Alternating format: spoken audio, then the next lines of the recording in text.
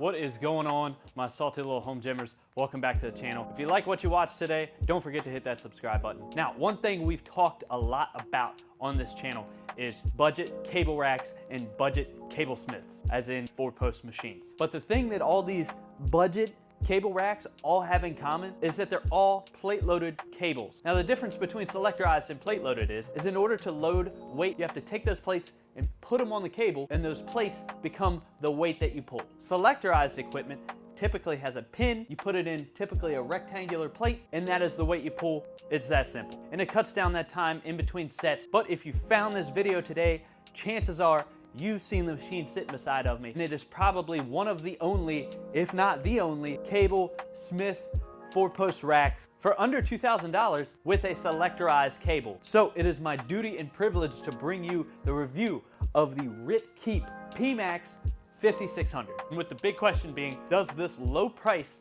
selectorized rack come with advantages or disadvantages? And the answer is kind of both.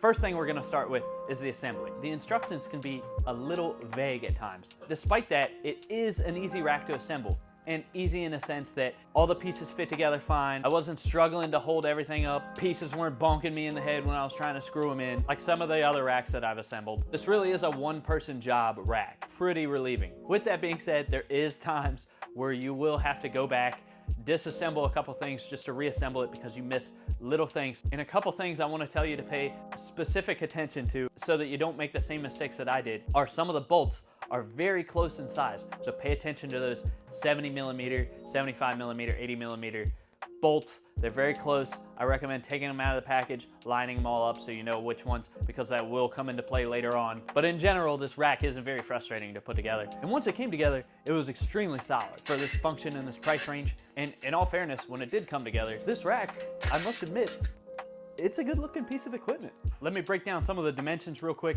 The height of this rack is 86.06 inches. The width of this rack is 80.12 inches, and that's including your Smith bar. And the depth of this rack is 59.57 inches, and that's including your plate storage in the back, which we're gonna talk more about later. Now let's talk about materials for a minute. Your rack itself is made out of, it's feels very solid, and when it all comes together, like I said, it feels like a solid rack. After all, this rack weighs approximately 653 pounds when it's all put together. Racks that typically weigh this much, notice, and this is unusual for RitKeep, there is no max capacity listed on the website. Hey, if I didn't see it, I'm sorry. But there are max capacities listed for each function of the machine. So we're gonna get into that when we talk about those functions. If I may poo-poo on one thing with the materials, the powder coating on this machine just isn't great. And I'm just gonna be straightforward. It did disappoint me a little bit. It's not the biggest drawback in the world, but as solid as the machine is and as solid as the materials are, the powder coating could definitely use an upgrade on this rack. This isn't the biggest hang up in the world because, like I said, structurally, this machine's definitely okay. It definitely holds its own in that department.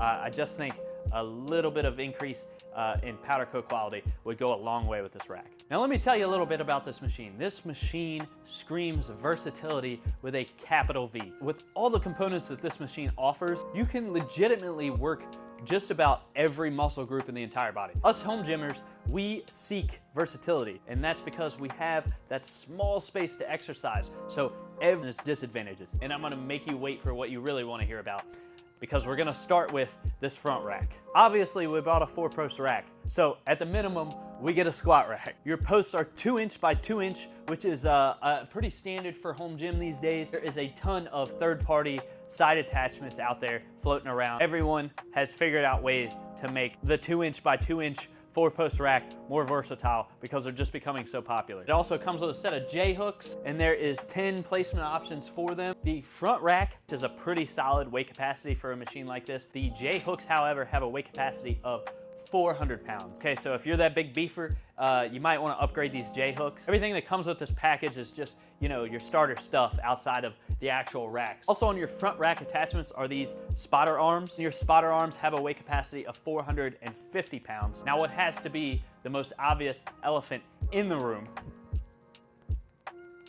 is, of course, the cable machine. And that is because, like we talked about before, this is a selectorized weight stack. But like I said, this is a affordable version of this. So here's where the budget cut comes in. The plates on this machine are not solid steel rectangle plates like you see in like a commercial gym. They are instead a plastic casing with a lead filling. At first, when I saw the site, I thought these were sand plates, and it was honestly